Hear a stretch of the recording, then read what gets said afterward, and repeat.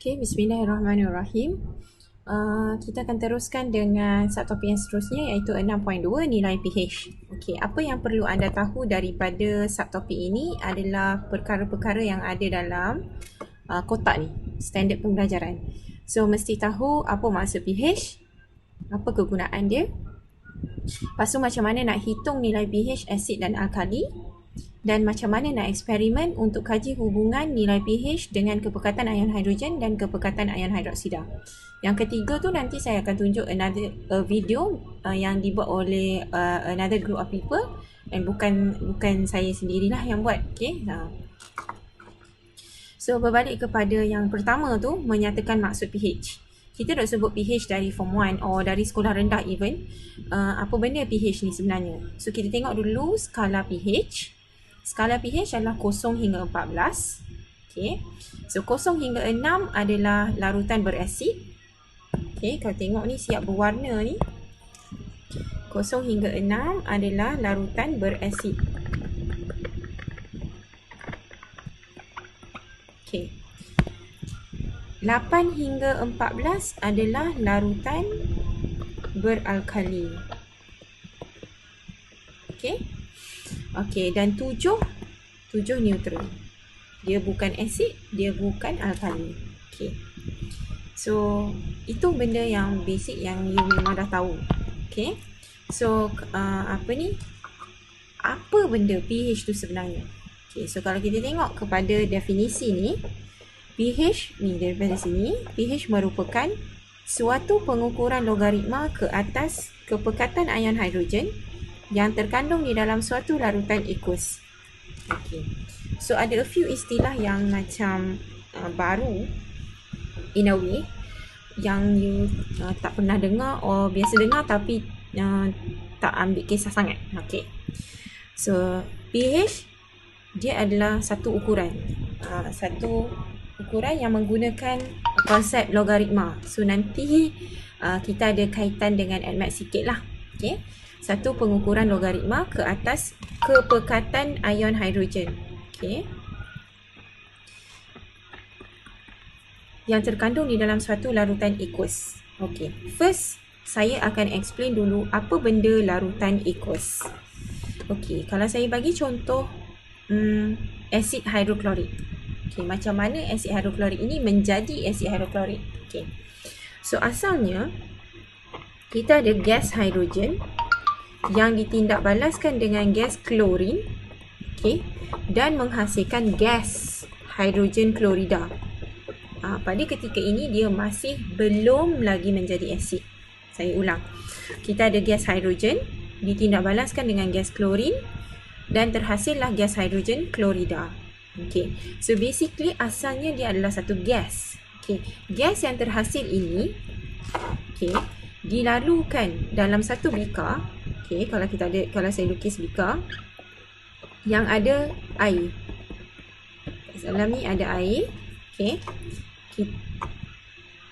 Kita ada satu saluran yang ada gas hidrogen klorida ni.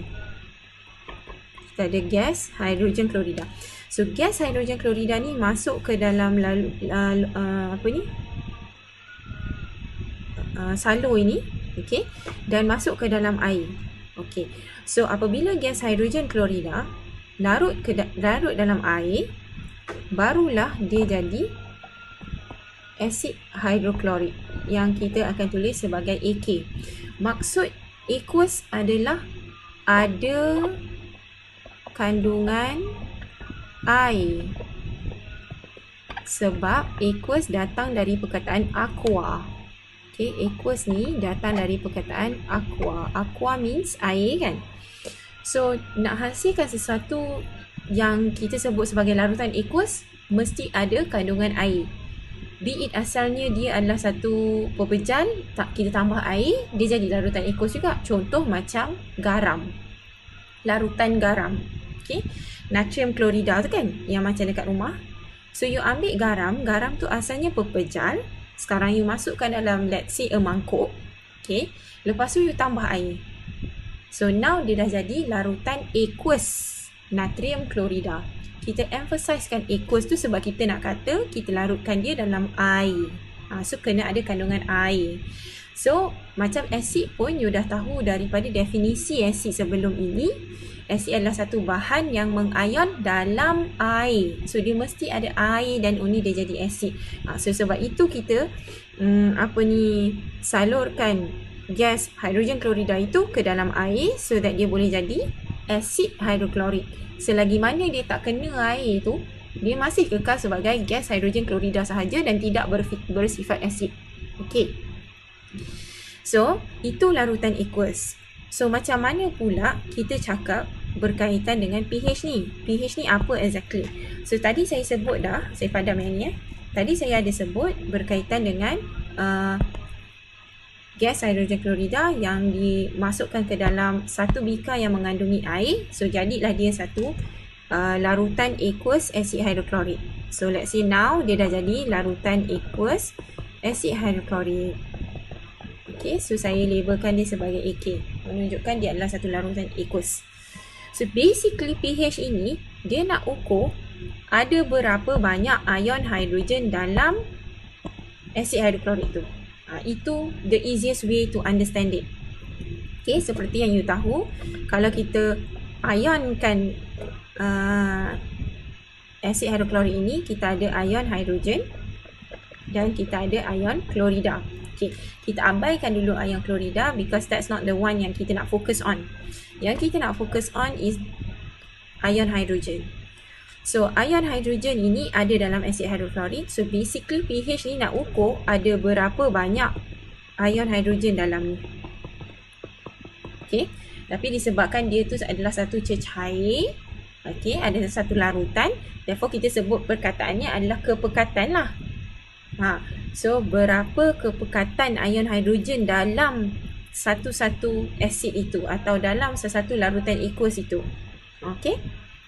So, dia adalah satu pengukuran logaritma yang kita akan tengok sekejap lagi macam mana nak guna formula itu untuk pengukuran logaritma tentang apa? Tentang kepekatan ion hidrogen. Ada berapa banyak ion hidrogen dalam salah satu larutan aqueous ni. Itu adalah pH. Okay. So, itu maksud pH and macam mana kita guna. Macam mana kita guna pH ini. Okay. So, kita tengok dulu formula dia. Okay. So, formula yang diberi dalam buku teks ni adalah pH sama dengan negatif log square bracket H plus tutup square bracket. Okay. So, kalau saya rewrite yang itu,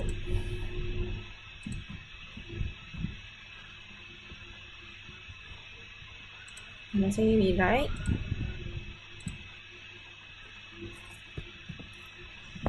okay, yang ditulis kat situ adalah pH sama dengan negatif log square bracket H plus. Okay. Square bracket H plus ini is actually kepekatan ion hidrogen tu. Kita akan masukkan nilai berapa kepekatan ion hidrogen. Okay. Okay. Kepekatan ion hidrogen. Dalam satu-satu soalan, macam mana kita tahu that soalan itu beri kepekatan ion hidrogen? Okey, kita tengok satu contoh. Kita pergi terus kepada soalan yang ada dalam buku teks ini, iaitu di bawah ni. Saya akan crop soalan ini.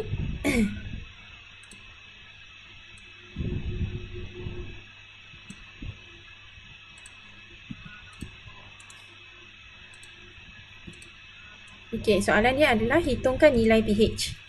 So, soalan ni nak nilai pH. Kita tanda soal nilai pH.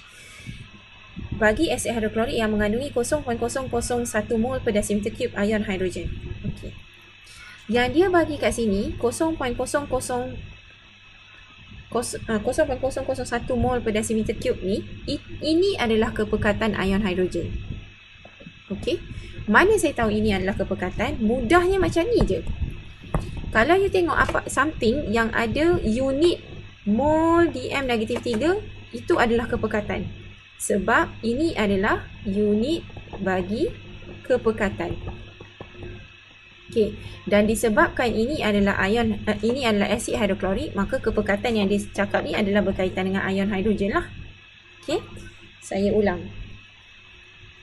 Formula untuk menghitung pH ialah pH sama dengan negatif log square bracket H plus tutup square bracket. Okey. Square bracket H plus ini sebenarnya adalah kepekatan ion hidrogen. Okay, so it's actually pH sama dengan negatif log kepekatan ion hidrogen. Okay, so dalam satu-satu soalan, macam mana kita nak tahu yang diberi kepada kita itu adalah kepekatan ion hidrogen? So, mudahnya adalah kita tengok sahaja something yang unitnya mol per decimeter cube. Unit dia mol dm negatif 3. Itu adalah unit bagi kepekatan. So, kita tahu ini adalah nilai kepekatan itu. So, dalam kes ini, kita hanya perlu buat pH. Okay, sama dengan negatif log. Kita masukkan nilai itu. 0.001. Tutup square bracket. Okay. Then, kita tekanlah calculator. So, kalau kita tekan calculator, kita akan dapat ini. Kalau tak tekan kalkulator pun tak apa. Sebab ni Allah. Ini adalah log. Ni kan asal 10 kan. 10 kuasa negatif 2. Betul tak? So nanti you akan dapat pH dia jadi 2. Ni. Yang ni. Negatif tu dah hilang. Because of negatif. Okay. So kita dapatlah pH bagi asid hidroklorik dalam soalan ini adalah 2. So itulah macam mana nak hitung pH. So ini formula yang perlu kita gunakan. pH sama dengan negatif log square bracket H plus. Tutup square bracket. Okay, so saya akan stop video ni di sini. Saya akan sambung dengan bahagian 2 dalam video seterusnya sebab saya tak nak video ni terlalu panjang. Okay, sekian, terima kasih.